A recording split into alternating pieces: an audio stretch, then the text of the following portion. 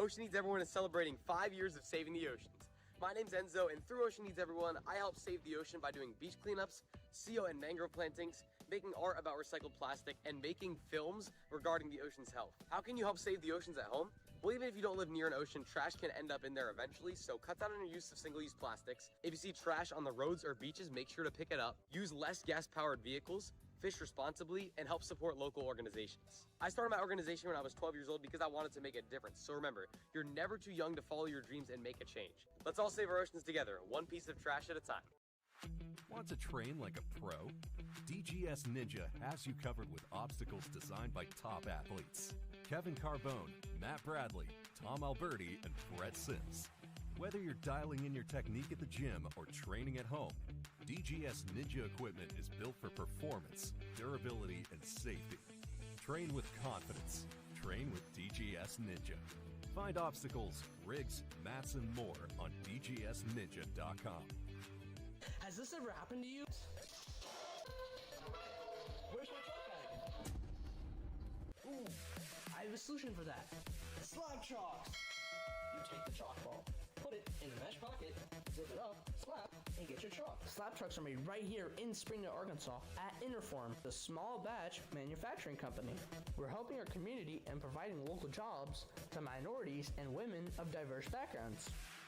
I'm Joseph Rao, Ninja Warrior, rock climber, and the CEO of Slap Chalks.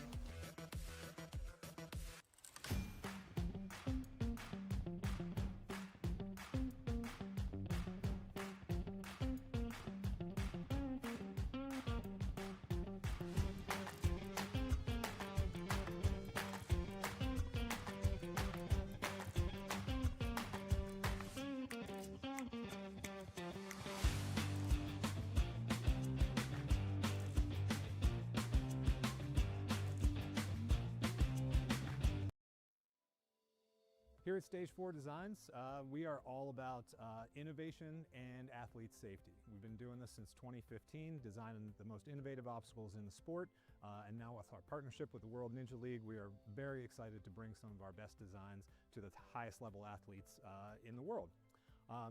For our process, it all kind of starts right here in our digital design. There's a much more deliberate process now in what we do, with our goal being the utmost in athlete safety. So we put everything into our digital design first, make sure it's all going to work, then we procure the parts. We learned the process and refined it to what we feel are some of the highest quality urethane products you're going to find in the Ninja space, and that all happens here at our custom-built workbench. A lot goes into our urethane, and we are very proud of the work that we do there. Everything that we build here at Stage 4 is all custom made in-house. It's not like we have a stock of a bunch of stuff. So when you do place an order with us, that order comes through and we basically build everything from scratch. Paint department is scalable.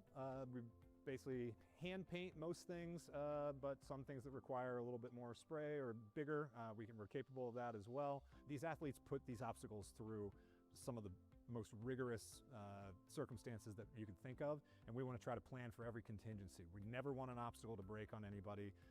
We always want our stuff to feel solid and not move around a whole lot, so that the athletes can trust their skills to throw the biggest moves that they possibly can on anything that we put out there. Our CNC machine handles all of most of our flat goods. It's the workhorse around here. It actually does a lot of the heavy lifting in terms of cutting things out. We don't do any of our flat goods by hand. We make sure that everything is exactly the same and replicable, so that, you know, if you're doing courses or you have athletes that are going either head to head or the same obstacle that you're going to find at one Ninja gym is going to feel exactly the same if you go to another Ninja gym or your home for that matter, so that there's consistency with all of our product. Over the years, as we've added to our suite of products that we offer, we realized that pipe and metalworking is becoming more and more commonplace in Ninja obstacles, and to meet that demand, we've added the ability to do that here as well. So a lot of the obstacles that you'll see that we design and develop are meant to go on truss, and pipes are a big part of that. So we've added a pipe bending station here, and look for, in the future, us to offer a lot more innovative obstacles that kind of exist in that space where pipes are a big part of it. So here, everything that we put out is tested by real ninjas before it goes out. We want to make sure that our obstacles can stand all sorts of unforeseen circumstances. We know that Ninja athletes move in ways that are innovative and new, and we want to try to account for as many of those as we can and make sure that those obstacles hold up. So we test everything.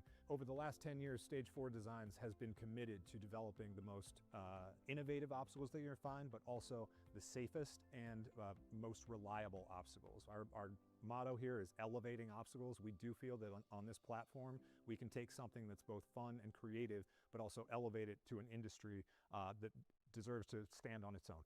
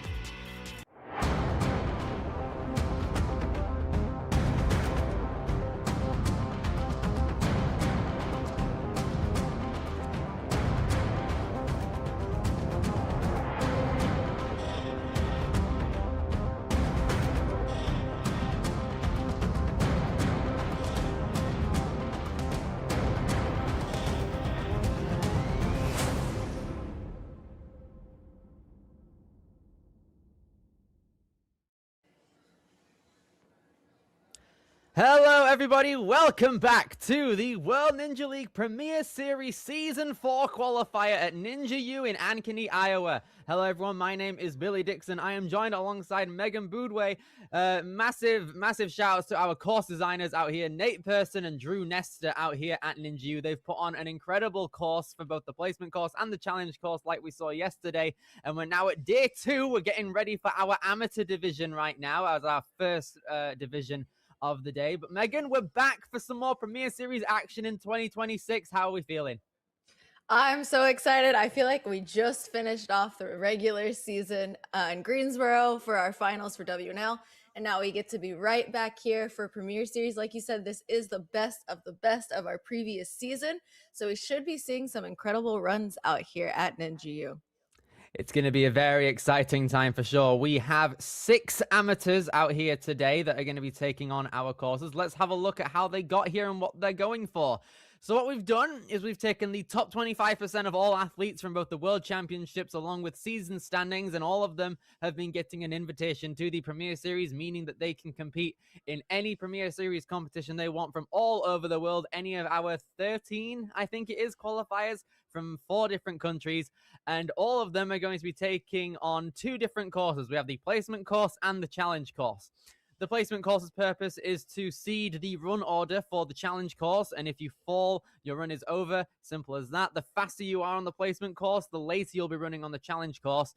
On the challenge course, every athlete gets 2 retries, only 1 retry per obstacle, and the top 4 athletes in the challenge course get an invite to the Premier Series finals for 2026 at Ascend Obstacle Training Marlborough in Massachusetts. It's an incredible new facility, only about a year old, on November 20th through the 22nd. It's going to be an amazing competition later down the line, but we're starting out our first qualifier out here in Iowa at Ninja U, and we have our 6 amateur athletes who are getting ready to go on our course. We have 2 females and 4 males. It's going to be an exciting time, Megan. So if I am correct here, that means that technically everybody is qualified as long as they do the first obstacle. Is that how it goes, or is it 3 obstacles that they have to do? It's the 3rd obstacle of the challenge course they all got to get past. But obviously, I think in the case of the male division, since there's more than 3 of them, I think a podium spot and more predominantly first place is going to help them out, because I think depending on the placement that you get within your qualifier, I think if you get first place, it might seed you later for the run order in finals if you decide to go. So it's going to be exciting to see who gets first here, and if they do get first, how they're going to be seeded on the run order when it gets to Ascend. But we have a couple of people that we want to have a look at here. One name that jumps out to me straight away is Scott Behrens, one of our masters out here, age 44 for the season. He is the father of both Ben Behrens and Jason Behrens out here at Ninja U. One of the head members of Team Ninja U as well. He's absolutely insane. I think he got at least top 3. Pretty sure he won. Yeah, there you go. I was thinking it was either him or another amateur, or another master even. So I think it was Scott. But he was 2nd place in the World Championship and 1st place in Strongest Ninja for Masters. Right, that's it. He's been doing Ninja for 10 years now. He started Ninja in 2016. He's competed in many seasons of A&W, and he's also going to be competing on A&W 18, I think this coming week as well. Literally tomorrow, I think it is, which is very, very cool. He's the creator of the Backyard Ninja Kids. He's got 3 wonderful kids, Ben and Jason, and as we said, and Leah, and the glue to their family, his wife, Lindsay. Out there. He's competed in many other leagues as well, and like we said, for this year he's also the strongest ninja for the Masters in Season 9, which was 2 years ago. Are there any other people on the run order who speak out to you, Megan? Well, I know Campbell she's competed in my women's league the first season that we did it, and I've watched her grow over the past couple of years. She's 16 years old now, so I'm excited to see like how she's come into herself, because she was super strong a couple times that I've seen her. She's 5'7", so pretty average for the females. She loves generating swing, and I'm excited to see her swing out here on this course. Indeed so. It's going to be a very, very exciting time for Campbell and our other amateur female, Emily Sayer, who's going to be running both of them. Oh, not both of them. So Emily is from Iowa, And Campbell is from Minnesota, I think MN is. And that's one thing I want to shout out about this competition specifically. Because we're located in Iowa this weekend, a lot of neighboring states have been coming up. We had people from Minnesota, Nebraska, Texas, Florida yesterday as well. So hopefully continuing today, we're going to see a few more people. But it seems like the run order today is mostly Iowa dominated for the amateurs. I think Alex Yuntz is another name I recognize. I think he competed last year. He's a member of Team Ninja U as well. So we've got a lot of Iowa experience here. So people who might have gone to this gym consistently, which means they might be familiar with the environment and how everything feels on the course. But we're going to see how that fares for them when it gets to both of their course runs in due time. It's got to be cool for Scott to be able to compete at his own gym. You know, when you own something and you can have the people that work for you put the courses together so you have nothing to do with it. I bet that's really fun for him. Oh, 100%. I guarantee you that he'll just be fun. It'll just be a fun time for him to take on the course and not having to manage anything. That's down to our boys, Drew Nestor and Nate Person. They've put on incredible courses here today. And we're going to be seeing some more Ninja action later on. Now, on the graphic, we switched up the teens and amateurs. So we're currently on amateurs, which started at 9. The teens are going to be running at 11:30 Eastern Standard Time. And then the elites later on are going to be on at 2 p.m. Eastern. It's going to be a great time. We got a lot of ninjas still ready to go for the competition this weekend. It's going to be very, very fun to see everyone go at the course and see if they can qualify for the Premier Series finals, which I guarantee everyone is going to be wanting to do out here for the competition. And we're going to be going to our demo run on the placement course very shortly, I would assume. They're just wrapping up probably the course briefing out here, but we have so many other gyms around the world that are going to be taking place for Premier Series. Next weekend, we're heading to Australia for Australia Warrior Fitness Ninja on July 25th and the 26th. Going to be a very, very fun competition there. Week after that, we head over to Motus Ninjas in Missouri, then Next Level Ninja in New Jersey, Austin Ninjas in Texas, Carolina Ninja Academy, which, Megan, aren't you competing there? Yes, I actually just signed up this week, so I'm super excited. I'll be in the amateur division as well, maybe even commentating my own run, which would be pretty fun. That's going to be very fun to watch if that comes into fruition. I'm excited for that. Vitality Obstacle Fitness in Massachusetts is coming up there as well the week after that. 2 weeks later, True Function Ninja Training Ground in Swindon in the UK is going to be one I'm competing at, which I'm excited for. Life Force Ninja in Washington follows that, with Dexterity Depot in Pennsylvania following suit. Then it's District 44 in France on October 3rd and 4th. Albany Ninja Lab in New York. Fit Set Ninja in Canada, that is. Yeah, they've second year running this year for Fit Set, October 17th and 18th. M-Lab Ohio in Ohio on October 24th and 25th. And a month later, we head over to Ascend Obstacle Training Marlborough in Massachusetts for the finals. Now, something I found out yesterday is that this is the first Premier Series competition or season ever where we don't have a qualifier at the finals location for once. It's been that way with Ferox, Life Force, and Motus before for the past 3 years, but Ascend is the only one to not have a qualifier, but just the finals. But Vitality is on the board. That's in the same place as Massachusetts, right? So I think that a lot of people who would have competed at Ascend, if they were going to go there, are going to go to Vitality. So if there's one competition I'm really excited for, it's Vitality, purely for the quantity and quality of all the athletes. So that's one to look out for, in my opinion. I think it's just cool looking at this list to see how worldwide the sport is becoming. It's so cool to see, like, literally gyms all over the world, not just in the United States. I agree fully. I am really happy that, like, France came into the picture last year. So did Canada as well. We didn't have a Canadian qualifier until last year as well. So I'm glad that that's happened. District 44 in France, I've looked at. I've gone to District 14 a couple times in France.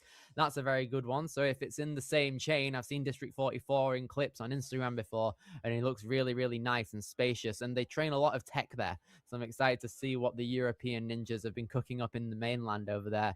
It can be seen as an international one as well. We had some people from Germany compete there last year, I believe, that actually did go to finals.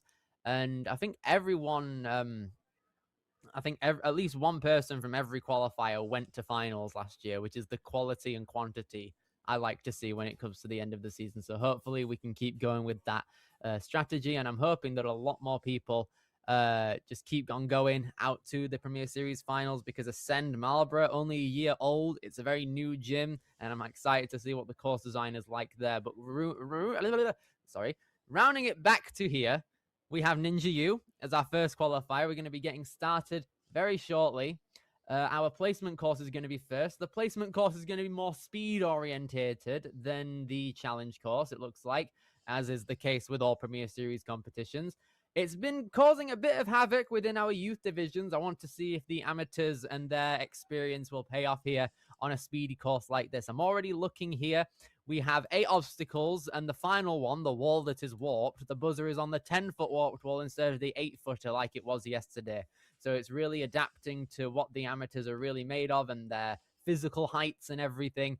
And we have 7 other obstacles, including that wall.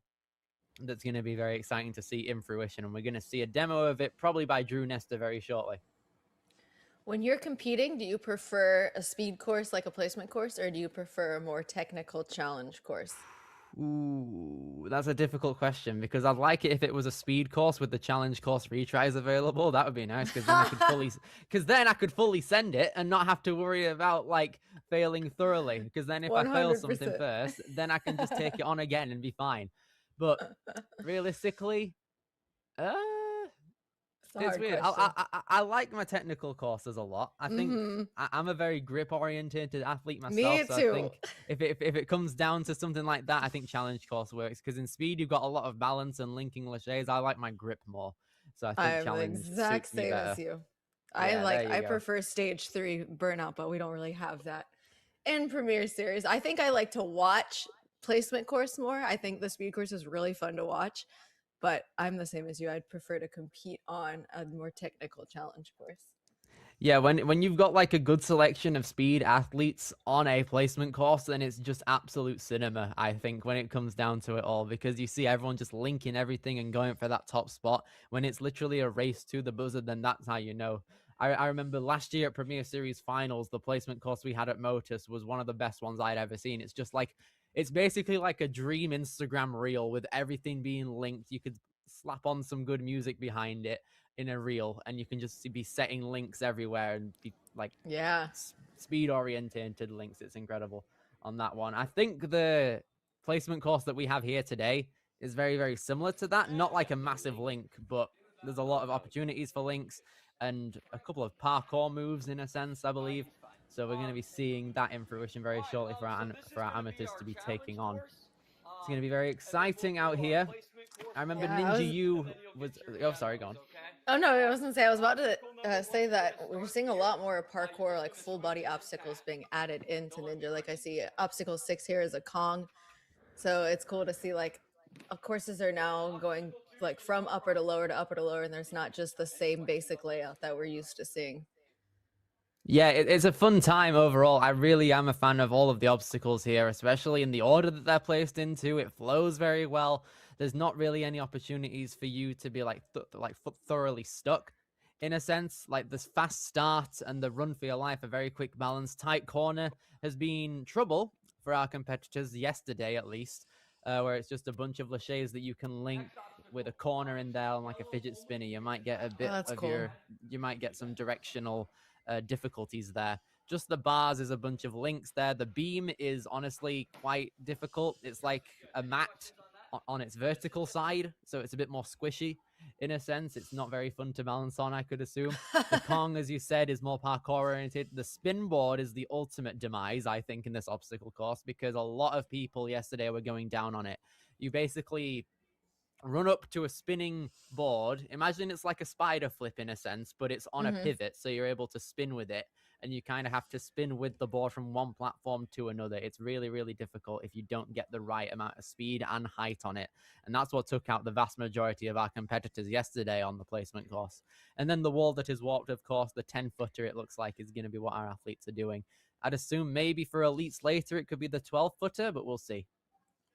So this kind of sounds like it's a little bit of a techie speed course. Yeah, I guess you could say that. I mean, there's no tech like cane tech or bat tech. I mean, I hope not for now. I don't know if they've changed anything to that. That would be a bit of a nightmare to look at, but There is a lot of tech involved, like when it comes down to your body position and how fast you want to take everything on. So it's difficult in that regard, and there's a lot of opportunities for different technical prowesses to properly be displayed here, and I think that's what our amateurs are really going to be focusing on. I like that. And then once the few people that it really clicks and they can get every single move the way that they want it, that's going to be really, really fun to watch. I definitely agree. I don't know who's going to be the top time out of all of these guys, because the cool thing about amateurs is that it combines 3 divisions together. You have the young adults, the adults, and the masters all combined into amateur. So there's competition within it, I suppose, as well. Like, we're looking at some people like Scott Behrens, who are 44 years old. They'll have a lot of experience to showcase out here. But then Alex, right after him, is only 17, so he's got a younger body overall with still a lot to develop. So what wins there, experience or youth? I'm not too sure. We're going to have to see when it comes down to the placement course and the challenge course. Yeah, I feel like we don't see a ton of masters compete in Premier for that reason. But it's really cool to see the ones that choose to take on the challenge of such a wide age group and amateur. Yeah, pretty much. What I just spotted there, I think they're still having a walkthrough of the challenge course. They're taking a look at a couple of the obstacles there. The challenge course that we're going to be looking at later is absolutely insane. The back half of the course is genuinely torture. Ooh, this is like, it's like a surprise for me because I did not watch any yesterday. So I'm like a kid in a candy shop, just like waiting to see all the obstacles that they've put together for this course. I guarantee you, Megan, you're going to see a couple of obstacles later on in the challenge course that you'll never want to attempt in your life. I know that for sure when I saw it for the first time. There's a couple of obstacles where you like need to, it's really hard to describe without actually seeing them. But there are, on the penultimate obstacle of the challenge course, it's called the pool party, where you have some pool noodles that you have to avoid while doing some laches. You kind of need to tuck in your legs whilst you're doing your front swing to not bucket it off of its its slot system to keep it afloat. And if you knock it off, then you have to take a retry on the challenge course. It's really, really difficult to not knock any of the pool noodles out. It's terrible. Selfishly, I like obstacles like that because I am slightly on the shorter side. So I'm like, yes, an obstacle where being short actually helps you for once. Honestly, I think now that you say it, an obstacle like that could benefit the women on the course, actually, because they are more flexible. They will be shorter, possibly, like you say. So it's possible that they might have the advantage if they get to the pool party. We'll just have to wait and see once we get there. But in order to get a full clear on the challenge course, you're going to have to get through the final obstacle as well. So that pool party obstacle is the penultimate one. And then the 10th obstacle, which is the final one, is much akin to the katanas at Worlds, but like it's actually good and it involves skyhooks. So it's insane. So you basically have to take one hand on one of those bogies, kind of like how it was in a katana, and then turn around with a skyhook and then slot it in. A bunch of our youths yesterday, they were using both of their hands on the bogies because their hands were shorter, because they are kids. So we're gonna have to see how our amateurs are able to deal with that, maybe due to their hands being bigger and only being forced to use one hand there. And there's also a one-handed special delivery within that obstacle. It's insane. Well, I can't even like picture this. I am excited to watch the demo that they do later. I think once you see it, it'll make sense, and then then you'll just be questioning things even more on how they thought about this. Yeah, that's super exciting. It's cool to see like people take obstacles that we just saw, like the katanas, for example, and just come up with their own unique and creative way to use a move like that. So I'm excited to see it.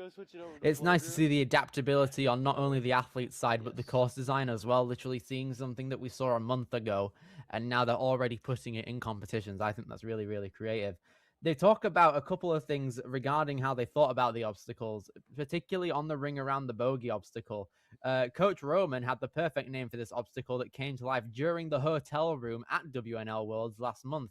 They were imagining like the hand placements and movements, walking around like fools, essentially, in their hotel room. This obstacle is nasty, and they don't think a lot of people will pull it off. There was only one person yesterday who was able to make it through, and even then, it was in the mature kids division, and they made it like to the buzzer within a second of the time limit still being there. It was an insane run. Wow. And I guarantee, I'm hoping that for the rest of the day, we'll see a couple of people in there.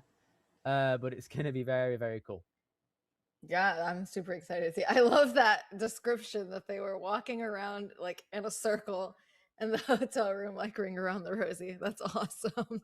I mean, to be fair, I think in a warm-up area, if you're trying to map out your moves, that's what Yep. people do. Like, if you think about it at Worlds, people are trying to walk around, like, moving your hands in weird places to try and envision it. When my girlfriend comes to my competitions and she sees me doing it, she thinks I'm dancing.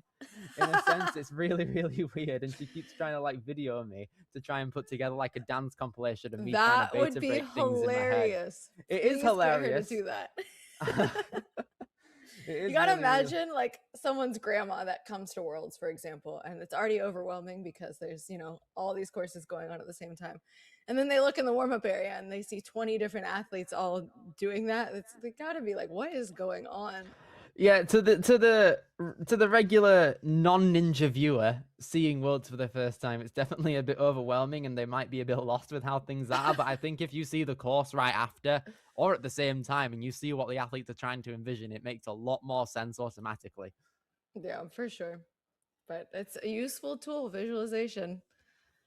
It does work, and I guarantee you a lot of the amateurs are going to be doing that whilst they're going through the course debrief today, I believe, because I know when I'm going through a course debrief, and I'm sure you do this as well, Megan, I think when it comes to it, you're trying to immediately figure out how to clear the obstacle so you have as much time as possible to try and just get through the obstacle as a whole before you actually take on the course. Because if you're trying to only think about it first time on the fly when you're standing in front of the obstacle during your course run, then that can be a massive mental challenge as well as physical. Yeah, and we all know we can make our plan and it doesn't always go the way we want it to, but it definitely helps having that plan mapped out, like which foot you're going to go here, which hand you're going to go here, how your body's going to turn when you do this obstacle. But then, you know, the whole big part of our sport is the adaptability to be able to change up the plan you made when it, you know, eventually it doesn't go the way that you want it to. Yeah, and I'm hoping that a lot of these athletes that we see out here today, that we have on our courses, that they are able to properly fill in their time and give as much as they can on these courses. So many of these obstacles as well are upper body based as well. There are a good handful of balance obstacles. I think in the challenge course specifically, it starts out with a bunch of lower body stuff, but then it goes into like 6 obstacles straight of just upper body stuff. Like there's cliffhangers, there's sky hooks, there's a million different holds to do. There are the 2 obstacles I talked to you about earlier as well. In the placement course, I think there's a good balance of upper body stuff like laches and overall moves in the air and balance and like foot maneuvers and stuff like that. So I think overall, both the upper body and lower body have an even amount of being tested here today. I'm excited to see it.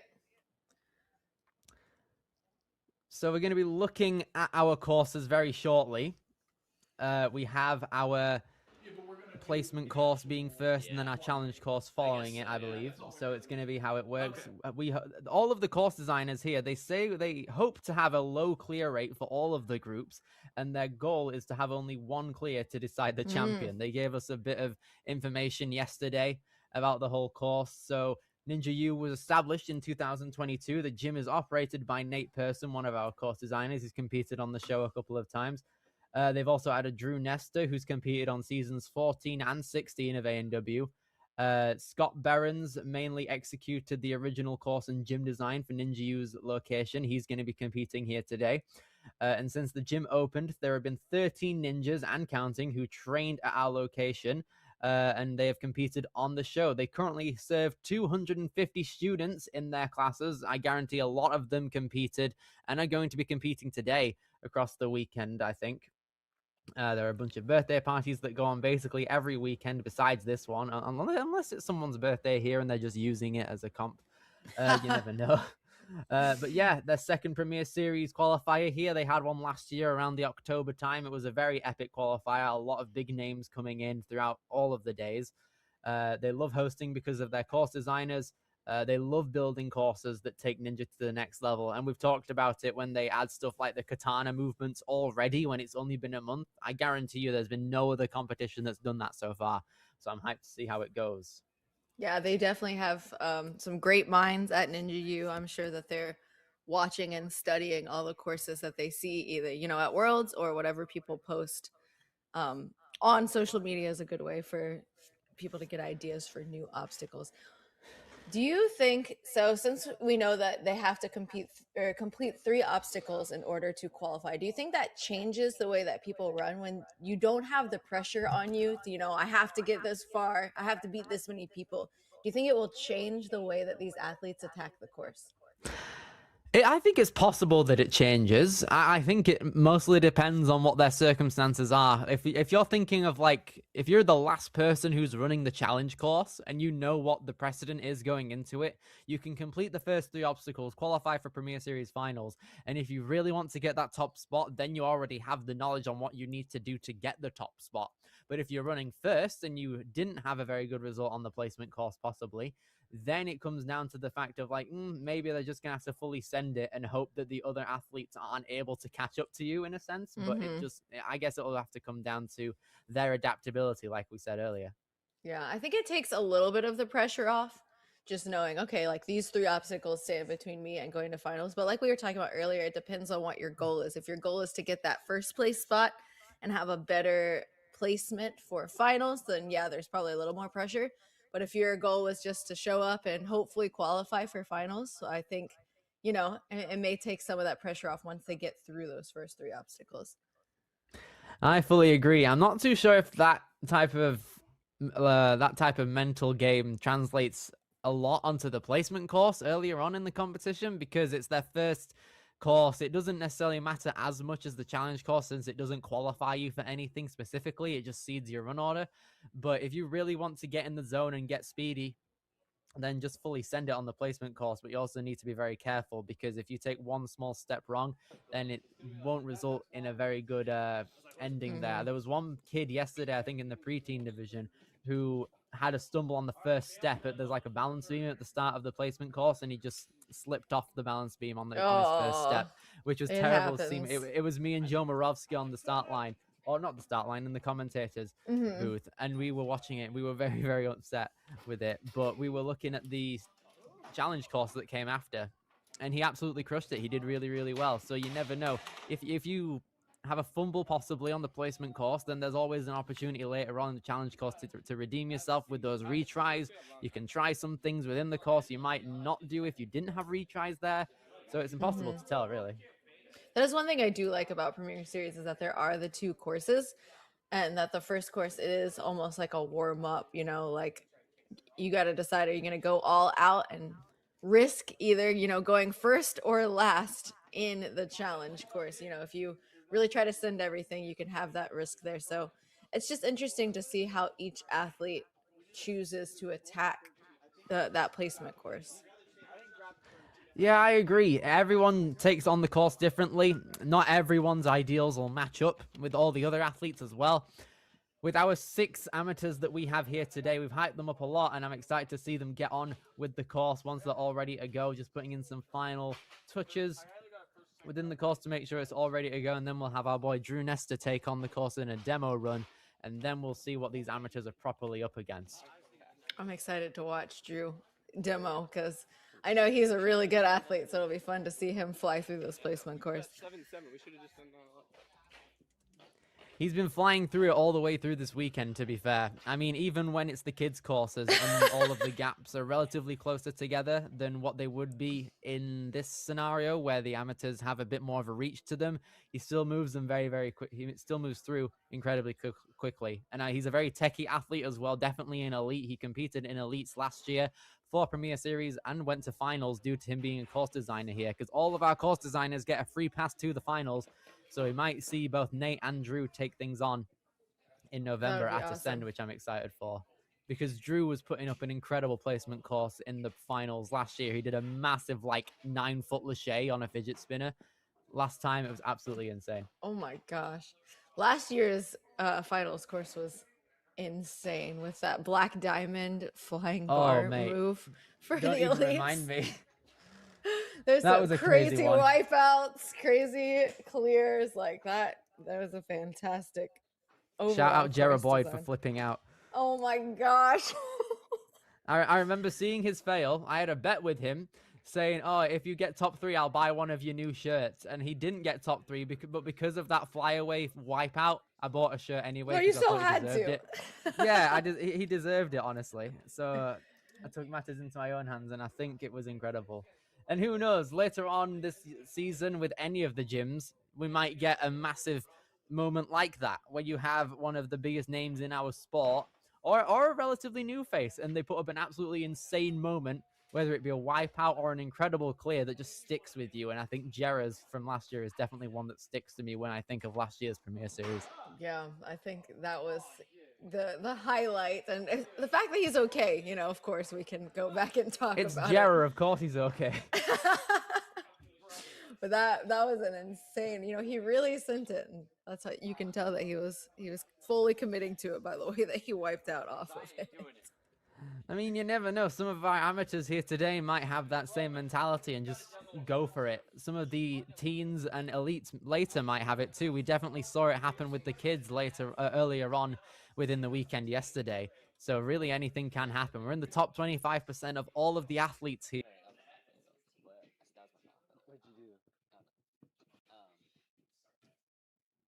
I need to learn how to make like this video cards and take good card photos. Oh, yeah. I can take decent photos of them, but like videos, like learn how to edit them. Because those videos are actually cool. I'm trying to think. I kind of know a little bit. You're pretty decent. Cameras in place. Demo time. Good job.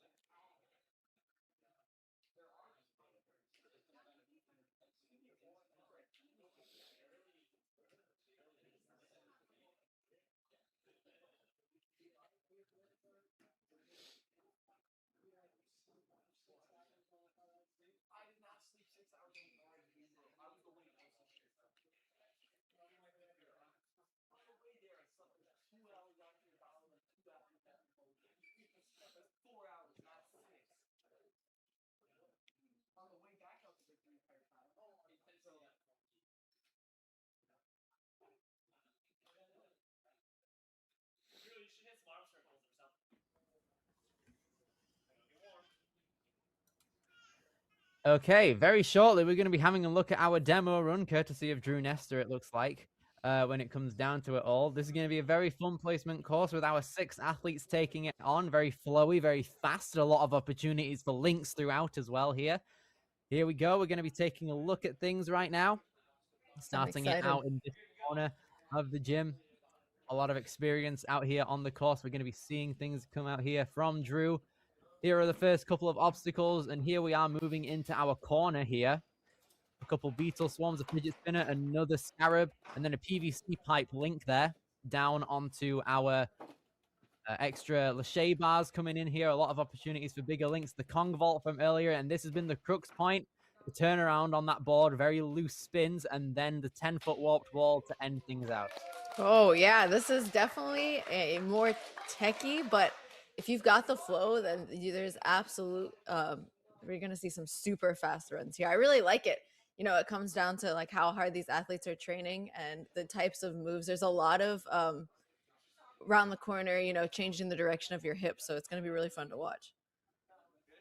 I agree. It's going to be a very fun time overall. Emily Sayer is going to be our first competitor. She has competed 8 times throughout the regular season out here, coming out of Waterloo, Iowa. Age 17 on the start line. Just rocking ready that to go to be our Ninja first shirt. challenger of the day. She should be right at home here. Part of Ninja U's team. Here she goes. First runner of the day. Here we go. Our first amateur runner of the season. Off to a speedy start. She came out of the gate with a lot of confidence. I love that reach around the corner, setting herself up for that link. Nice link onto that PVC. It's harsh to get a cross grip there, but she's got it well. Incredible links there. Very flowy. Here she comes over the Kong vault. This is going to be the decider on that board. Yes! Nearly went off. There we go. 30 seconds left. What a time. Great first run out of the gate. She looks so confident on every single turn on that course. Wow. That was like a demo run right there. That's one of the smoothest we've seen throughout the entire weekend. We're 1 for 1 so far on our amateur clear rate. Next up is going to be Campbell Remus out here, coming out of Coon Rapids in Minnesota. She's 16 years old, trains out of Ninjas United in Minnesota. She loves snowboarding, making music, traveling, and pole vaulting. She's a full-time college student attending 3 different colleges. So she's not only an athlete, but she's super smart. Let's see if she can put that brain to use on this speed course. Here she goes, 5'7", started Ninja in 2021. Here she goes. Surely a lot of experience coming through here. She has competed in the WNA comps, I believe, right? Yeah, she did the one that we helped with in Canada a couple years ago. It's the first time that I saw her. And needs a backswing there, but is able to pull through. She's got to make it up here on these lachets. Here she goes, going to take a backswing to get a bit more momentum in there. And then nice links overall there.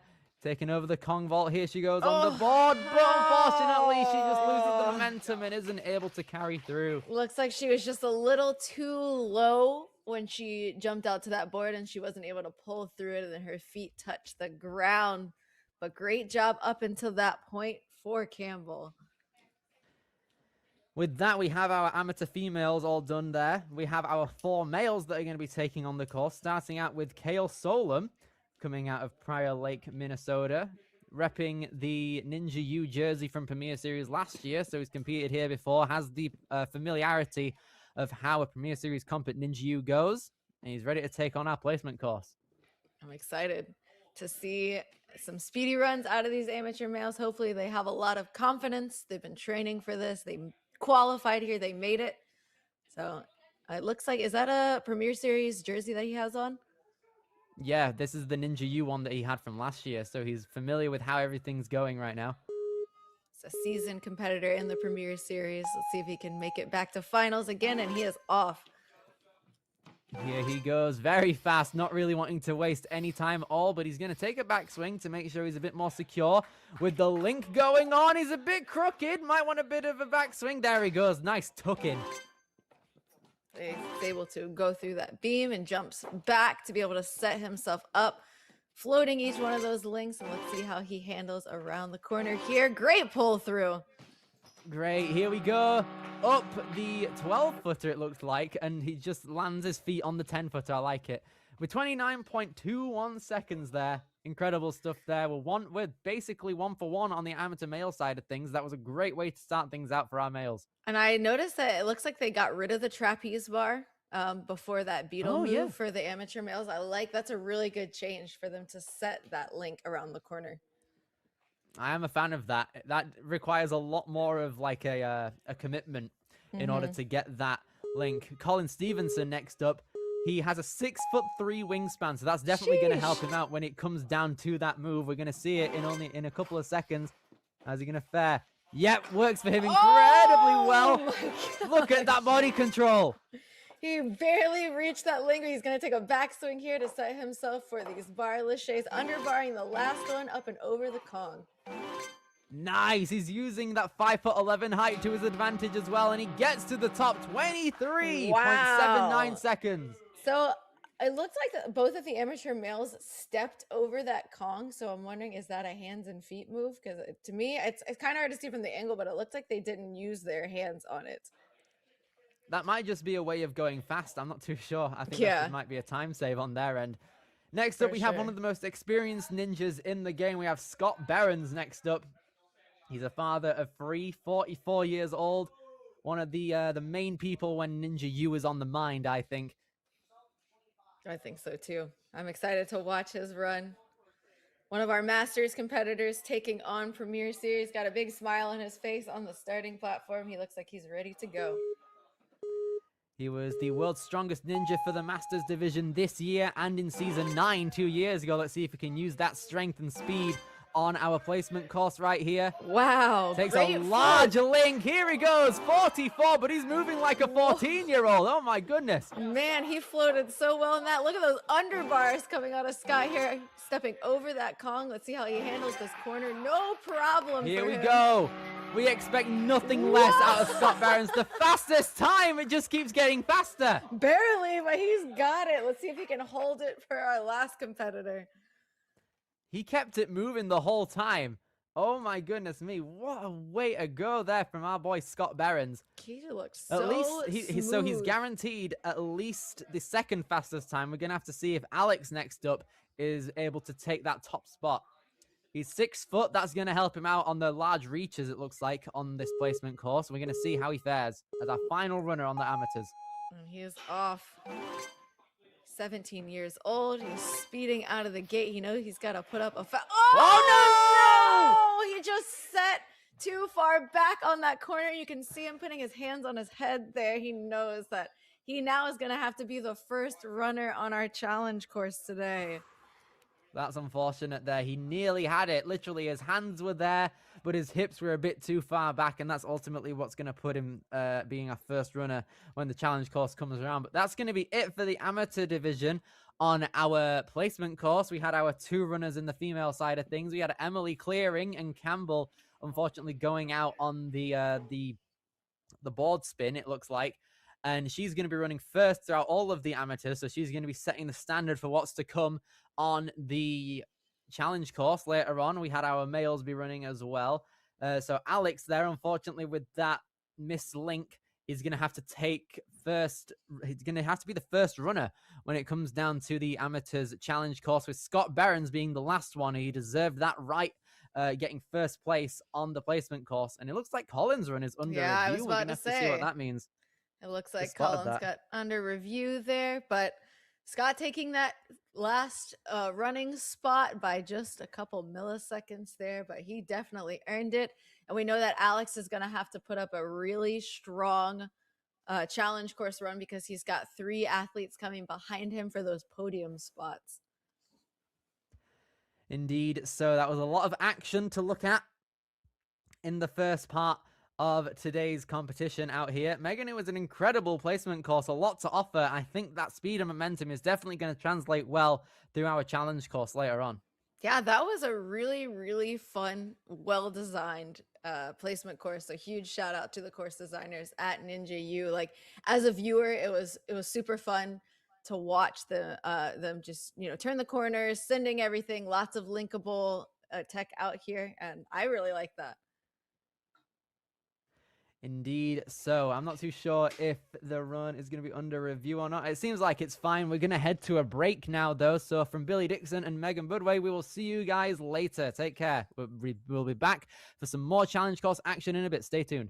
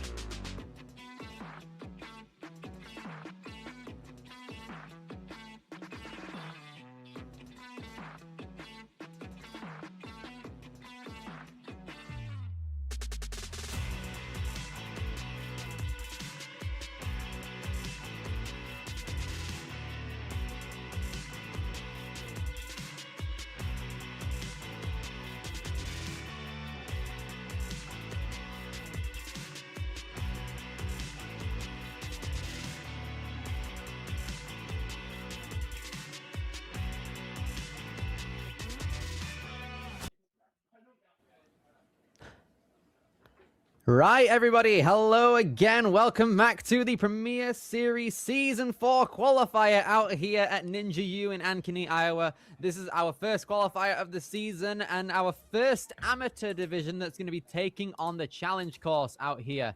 We're about to get ready with our demo, I think it looks like. We're going to be starting out on that platform that athlete is standing on right there. And we're going to be going straight into a massive boot scoot to start things out. It's going to be a very fun challenge course altogether, and it's one to surely to test all of the people that are taking on this course. We've got 2 females and 4 males in the amateur division. How was the placement course we just had, Megan?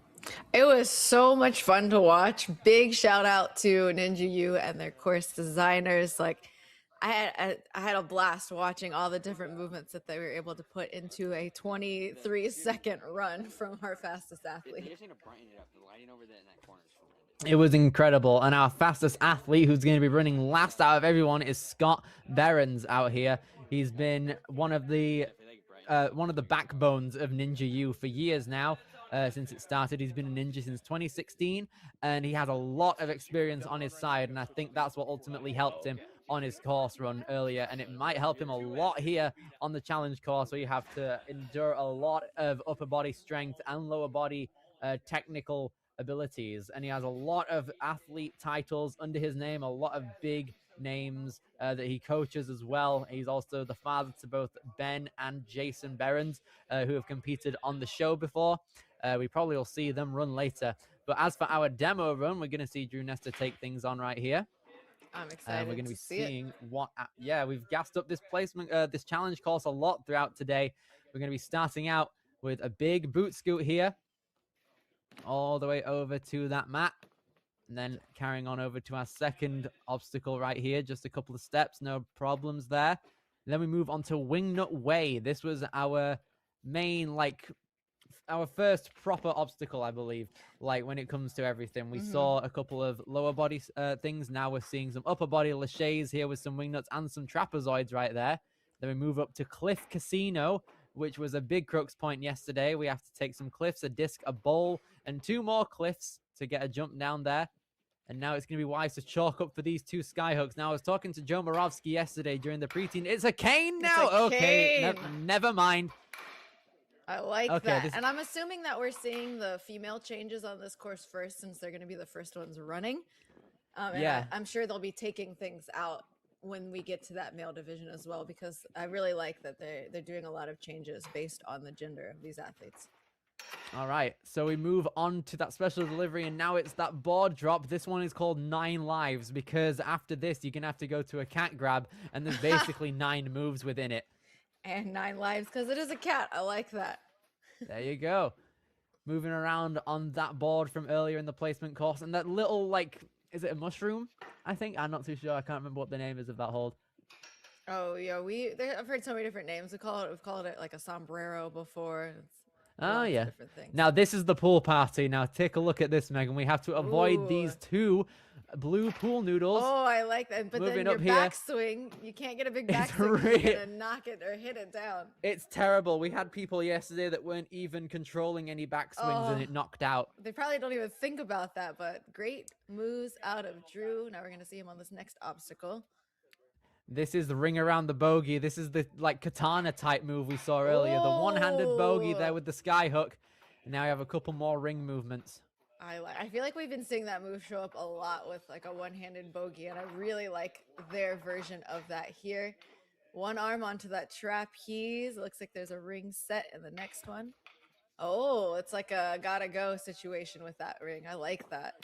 Pretty much, yeah. If you're scrambling for the buzzer and the timer is going down mercifully out there, then the moving skyhooks are really not going to be in your favor. Drew looks tired coming off of that, but really flawless demo. Great job, Drew.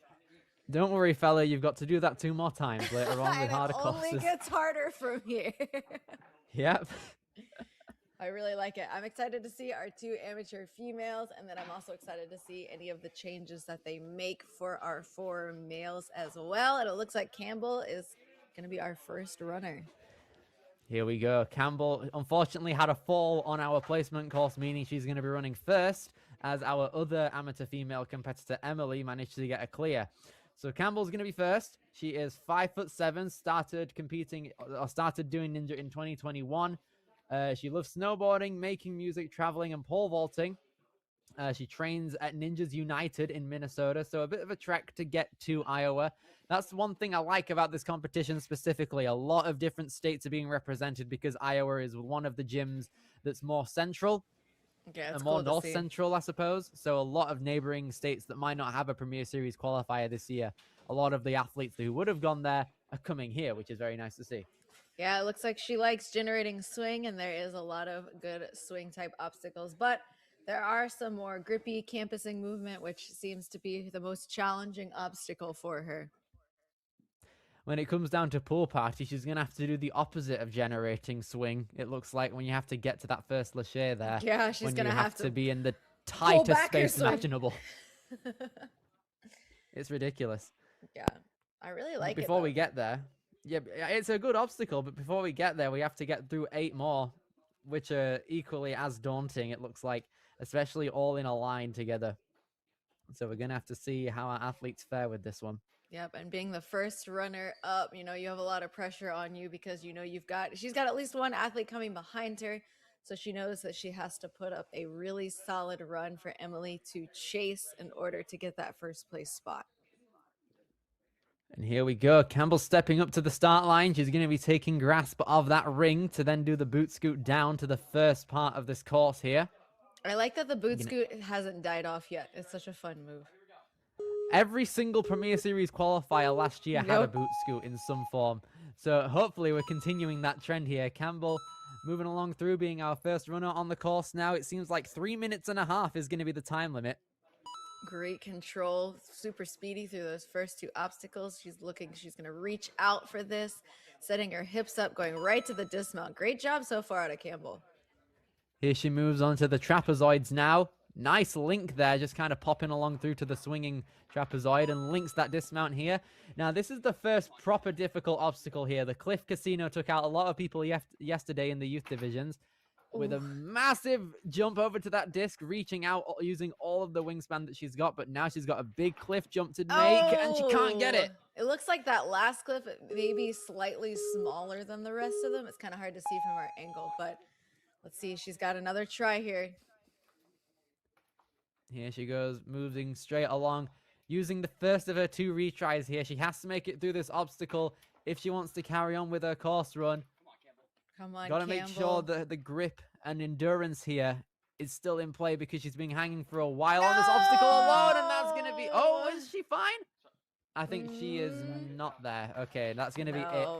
It looks like they're going to call her out for that one, but... if they show a replay, it looked like her hips were just slightly off angle on that throw. And, you know, you really want to catch that small cliff and the best lock off that you can in order to keep your fingers on there. But that was a great job out of Campbell being our first runner on the challenge course. We now have Emily Sayer coming through to be our final amateur female to run the course here today. It's worth noting that Campbell also qualified for the Premier Series finals by getting past the 3rd obstacle. Emily is looking to do the same here, coming out of Waterloo, Ohio. Not Ohio, Iowa. Joe Moravsky made the same mistake yesterday. I deserve a pass. They're close, right? Yeah, 4 letters. Midwest, lots of corn. That's what I'm saying. All right, Emily's got that ring in hand. Looks like she's waiting for that countdown. And we are off on our boot scoot. She kind of kept her legs up on that one. Doing well for her already right now. Gonna make her way through the rest of these obstacles. Not a problem through the speed bump. Now moving into Wingnut Way. She's also qualified for the Premier Series finals. But now here she goes. She's got to go speedy through this in order to... Oh, it looks like she was slightly slower. So if she can get through this faster than Campbell... She's on a better pace right now, and it looks like she just needs to get through the obstacle. Here she goes. Just under 3 minutes left. And she makes the dismount. Last cliffhanger. Great job. And that's going to put Emily in first place. Now all that's left is her and the rest of this course to get to that buzzer, but she's guaranteed a good placement. Here she goes with the cane tech on our course now. It was previously a skyhook move, but now a cane is in play. A bit more difficult to manage than a ring, in my opinion. 2 minutes and a half. She's going to skip the final move, but she falls back. So she's going to have to do it again. Yeah, that was a big send out of Emily. I like to see it. She's going to use her first retry now. Let's see if she goes for that send again or if she adapts and uses that last hook to make sure she gets to the dismount. Here she goes now. Going to try and link as many moves as possible here because she doesn't want to be hanging for as much as this. Yeah. She's got just over 2 minutes left, though. I don't know if she's going to try the skip for the dismount again. Is it worth going for this dangling sky hook here? Let's see it. She's looking a little more tired on this try, but gets it no problem. Now she's just got to build her swing back up to make it to that dismount. And she's got There we go. Not a problem. Now coming into 9 lives. She's going to chalk up and get ready. She is moving a bit slower now, moving up to it. I don't know if that's another indicator of her being tired. With just over 100 seconds left, she's going to eye up the 9 lives now as she slots her hands into the special delivery of the Iowa State-shaped hold. And she's now going to move over to the dropping board. Yeah, she's definitely looking a little tired out here, but, you know, she's going to give it her all. Oh, just a slip. I think she was just a little too low on that. It is really board. hard. Yeah. That's a lot to ask that, like, book style grip when it's dropping on you as well. You really have to squeeze your hands. Pretty much. I think yesterday there was a trapeze in between the special delivery and the board, so it made it easier for our athletes to grip. Oh, okay. Nice. Bear break. We're going to lock it in and then just withstand the massive bookend drop here. There and she got it. Let's see. She's eyeing up that cliffhanger. Let's see what she's got left in the foot tank. tap. Oh, her foot touches the ground, and that's going to do it for Emily. But a very, very strong run to take that first place amateur female spot. That was a very, very gutsy run there. 2 attempts on the cane and the 9 lives. Made redemption on the cane by going for that final move. And she had a good idea, to be fair, trying to lock in the board and then jumping to it, which worked for her in the beginning. But unfortunately, her foot just tapped on the ground there as she was trying to turn around to the cliff. Our athletes, if our males specifically, because they're next, if they're wanting to do that same strategy, then they've got to be aware because some of them might be 6 foot and above, including our next athlete, Alex Yuntz. Yeah, that definitely drops you super low to the ground. I do like the idea, though, of locking it in first. You have a lot more control throwing over, and you're not having to hang on to that book grip while it's dropping, while your hands slide down all at the same time. But there's a couple obstacles in this course that are going to be more challenging for our taller competitors. That one, as well as the pool party. I think Drew Nestor, being one of our shorter male athletes, is really just kind of laughing at our taller males now, having to do both of those obstacles. And even then, obstacles that, like, because I think Drew's got a good wingspan as well compared to his height, which is a bit more average, maybe like 5'8", 5'9", possibly, unless I'm just wrong. But on the final obstacle as well, then all of our athletes are going to have to move with one arm, moving to that bogey and that ring there. And now we're looking at the course change. It was going to be a trapeze for our females, and now it's a one-handed special delivery. Yeah, for that's that final obstacle. insane. This is going to be tough. Yeah, I'm excited to see all of the changes that they make. Big shout out, I run the women's league, so it's cool to see that a lot of gyms are now making those changes for the female competitors. And, as a competitor myself, I really appreciate the differences between the two, giving the men more powerful moves, giving the women, a lot more swings and reaches. So it's cool to see. Indeed it is. We have our 4 amateur males right now. So what our amateurs have to do in order to get to the Premier Series finals is beat the 3rd obstacle right now. Because there's no proper competition for a top 4 spot, since there's only 4 athletes, that's what they got to do. But the first place spot is still going to be what our athletes are looking after. We got Scott Behrens, who got first place when it came to the placement course. He had a lot of speed, and I think time, looking after your time and being fast within a challenge course like this is really going to help, especially if you want to use some retries on the later obstacles as opposed to the earlier ones. Which you probably are going to need, but it says that his favorite format is the challenge course, so hopefully, we saw such an incredible placement run out of him, and now we get to see him on his favorite style, of course. So I'm really excited to see that. Indeed. So our first athlete's going to be Alex Yuntz out here. 6 foot, 146 pounds. He's competed 6 times throughout the regular season. He's competed in Premier Series before at Ninja U too. So I'm excited to see how that experience will carry through. But when our athletes hopefully get to that final obstacle, that special delivery one-handed is going to be insane. I'm almost thinking whether, you know, like the letterbox thing where you put a ring into the special delivery hold, I don't know if that would be worth a shot because the ring is that would be also in a bit of cool. a... That would be Yeah. pretty cool. I don't know if that would be optimal, though. It just depends on how techy you are, I suppose. Yeah, I like what they're doing though with that obstacle. Basically, like you only have one hand to move you through, since the other one you have the ring in. And I feel like we're seeing a lot more of those Gibbons style where you really have to rely on your one arm grip strength. So I like Ninja U's version of that kind of tech.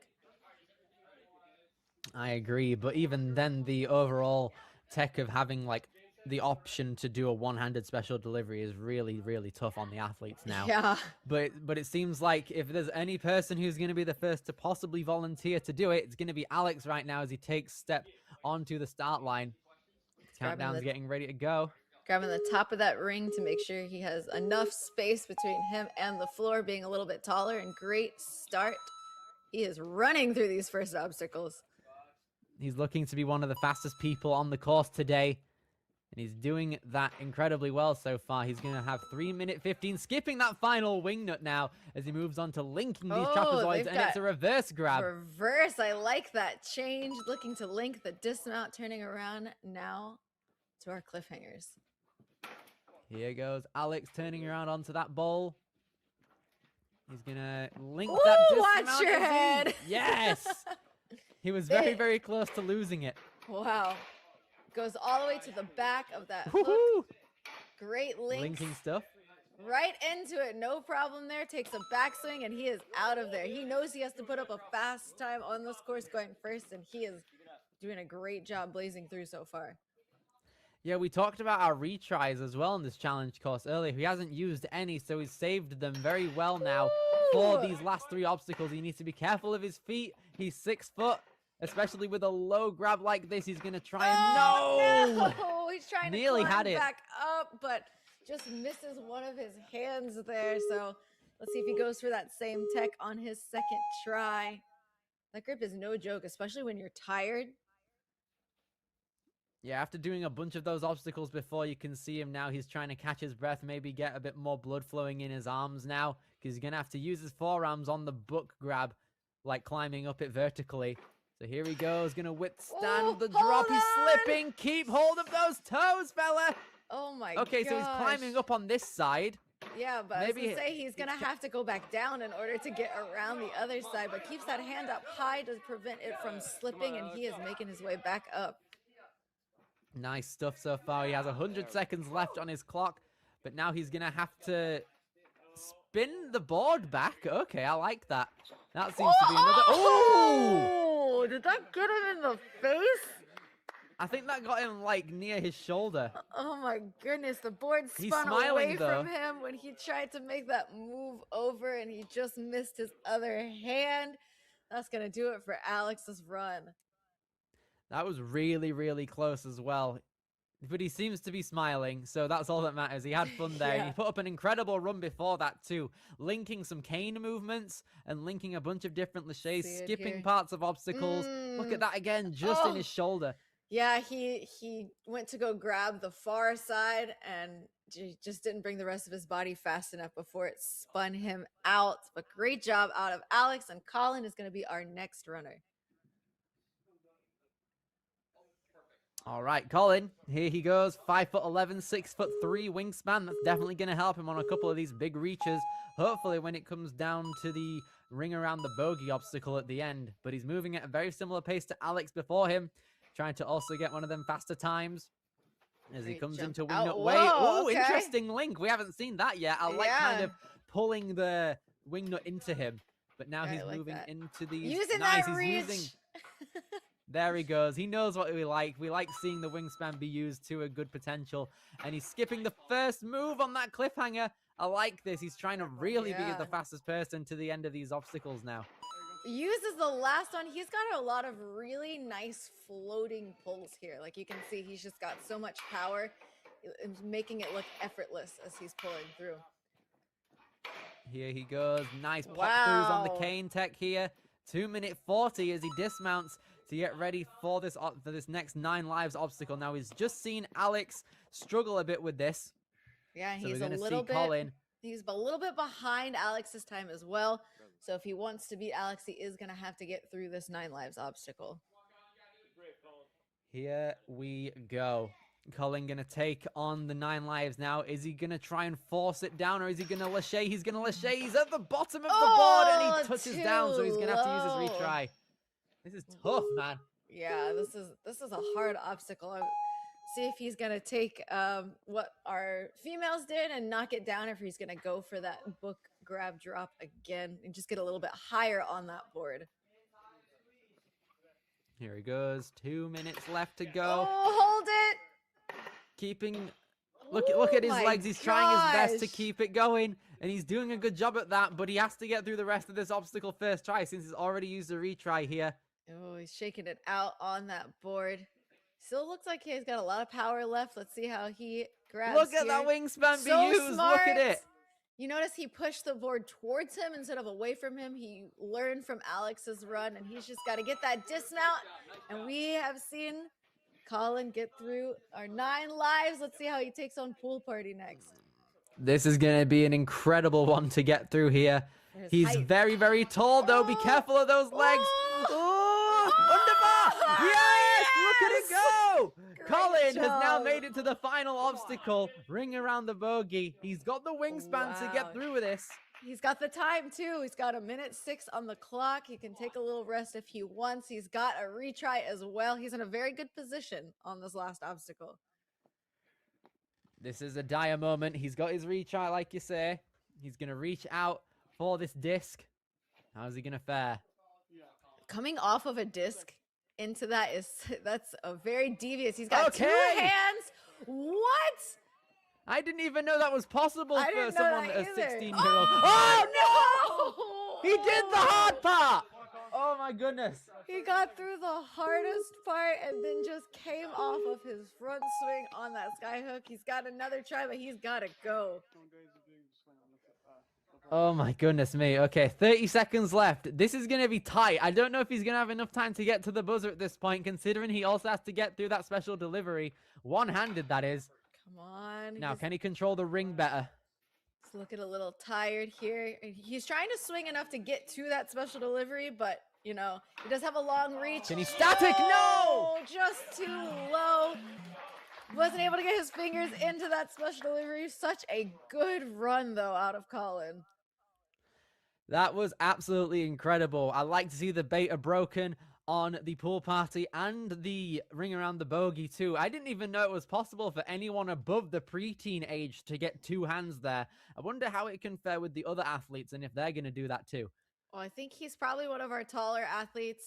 So I'd assume the ones coming behind him can see that if his hands fit on there, they could probably guess that theirs do, as long as they have, you know, the grip strength to be able to hold on to that tiny bogey.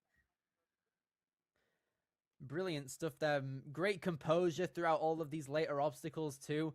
Incredible leg control on the pool party. I thought for sure with his height he'd be a goner on that obstacle, but he's brilliant at adapting on the fly there, which is great to see. But with 2 athletes left, we're going to start out with Kale Solom, coming out of Prior Lake, Minnesota, aged 18.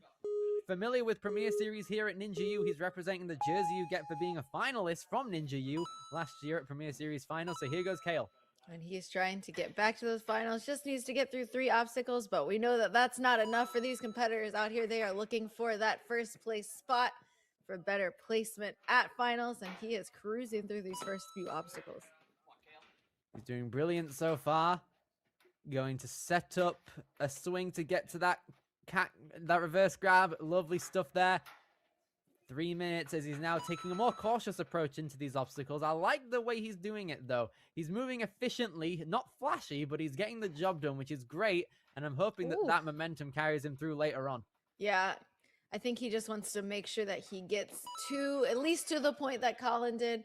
He wants to be able to get through that last obstacle, but he also needs to make sure he has enough time once he gets to that last obstacle.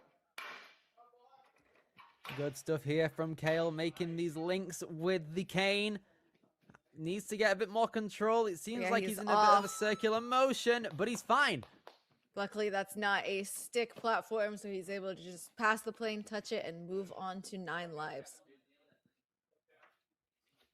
2 minutes, 15 seconds now. Gonna have to take a massive swing over to the board and withstand its drop. You can see the slip in his hands. Keep those legs high. Come on. Wow, great at adapting out of Kale. His hands were slipping, but he's able to pull himself around quickly to that cliffhanger. Now he's looking to jump over to the spinning board. Great job. Goes around the opposite way that we've seen the other athletes, but he is moving fast and he is already through 9 lives. And because he hasn't used any retries yet, this is the fastest pace up to Pool Party now. So he's in the lead so far, and if he gets past Pool Party on his first try, I have no doubt he's going to be in first. Keeping those knees up. Watch that backswing there. Watch that front swing. No, Yes! Wait, did he get it? He got it. I think he's fine. He's fine. He's fine. And there we go. He's in first now. He's got no retries used. He has 1 in case he has to take it 1 on this final obstacle now. Ring around the bogey. Here goes Kale. Checking his time, trying to figure out his strategy coming into this obstacle. This is a dire moment for him. Very good run out of Kale. Let's see if he goes for that 2-hand approach on the bogey. Like I was saying before, going from a disc to a move like that is so diabolical because you can't reach out with 1 hand from a disc. You're just going to slip right off. Here he goes. Uses the 2-handed approach on the bogey, but now he needs to control this ring.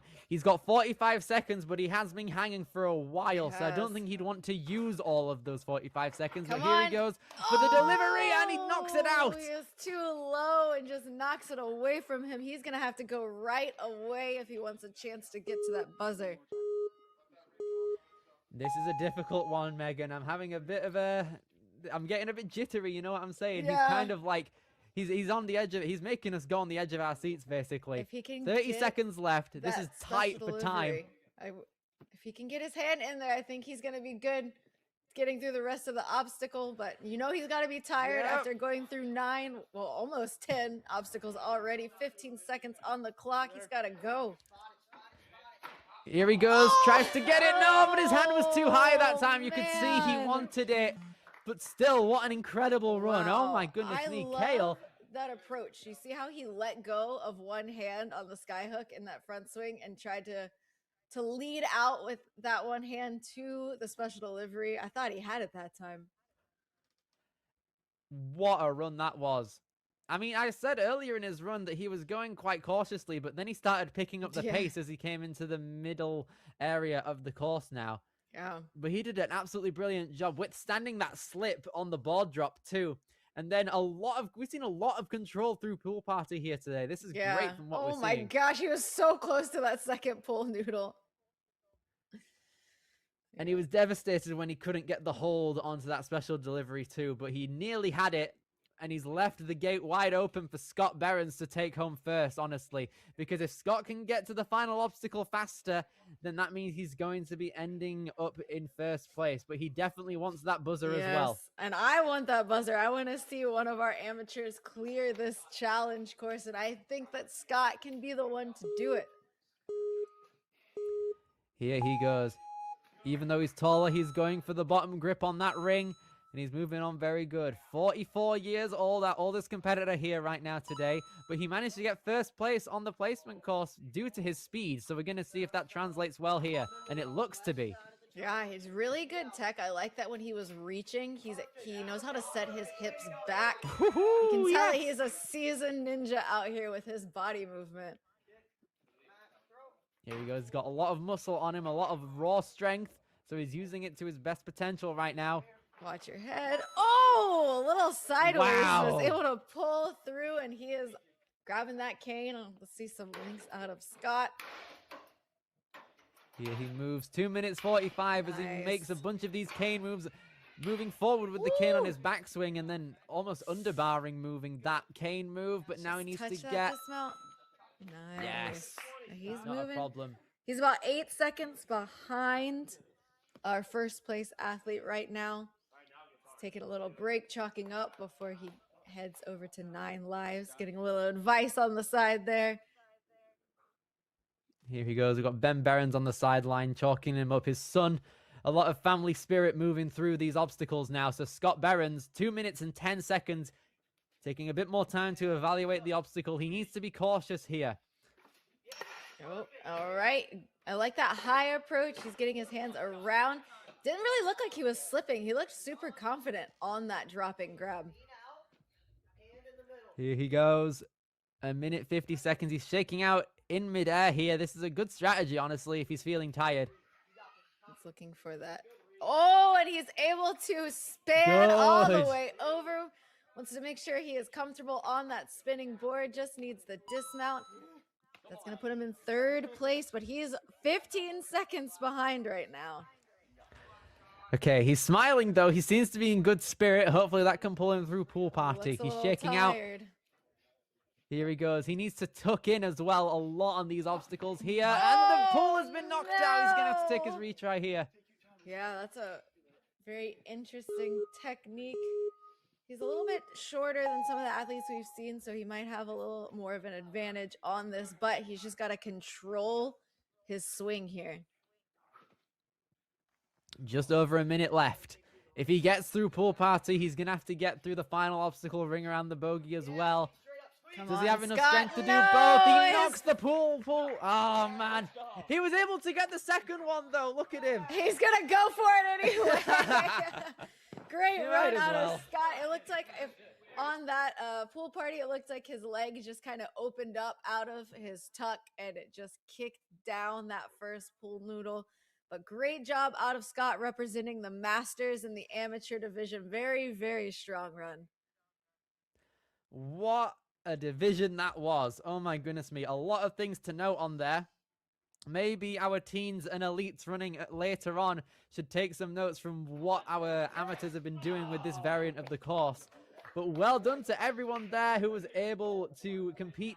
It was incredible stuff. Shout outs to Emily and Campbell for qualifying for the Premier Series finals and Emily getting first as well. Incredible stuff there. I think she made it to the 9 lives obstacle before she was able to foot tap there, which was unfortunate. And shout outs to everyone else who was able to make it too, with Kale Solem getting first place for the amateur male division, making it to the final obstacle in the fastest amount of time. But all of our athletes here, Kale, Colin, Scott, and Alex, are able to qualify for Premier Series finals. I'm very excited to see them take on the course in Massachusetts later on this year. Yeah, one of the things I love about Premier Series is that it's still anybody's game even after that placement course. We saw Scott put up the fastest time on the placement, but ended up being 3rd place overall after our challenge course. And we're going to take a moment and look at our winners.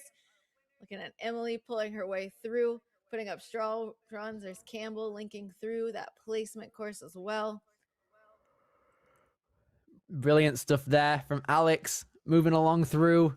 Crazy stuff there. That placement course was rapid quick from everyone there, but well done to everyone. It was incredible stuff to see. It was a mad time. But yeah, well done. It was incredible stuff from all the athletes competing here today. Yeah. We still have more ninja action to come, though, with the teens and the elites. Megan, it was incredible. What did you think? This was such a great way to start out the first Premier Series of the year, and I'm so excited to see what Ninja U is going to put up in our teen division, which is going to be at 11:30 and elites at 2 p.m. And if this is just the start of the season, I know we're going to see a lot of crazy obstacles in Premier Series. We have so many more gyms to look at throughout the course of Premier Series. We're going to 4 different countries. We have the US, of course. Then we have Australia, the UK, France, and Canada out here. And then all of the other American qualifiers are able to go to the Ascend Obstacle Training Finals in November. It's going to be an absolutely incredible time. So many athletes from around the world coming together. Thank you all so much for joining us for the Ninja U qualifier for the amateur division. Stick around, though, because we're going to have the teen division starting very soon. And from Billy Dixon and Megan Bodway, we will see you later. Take care.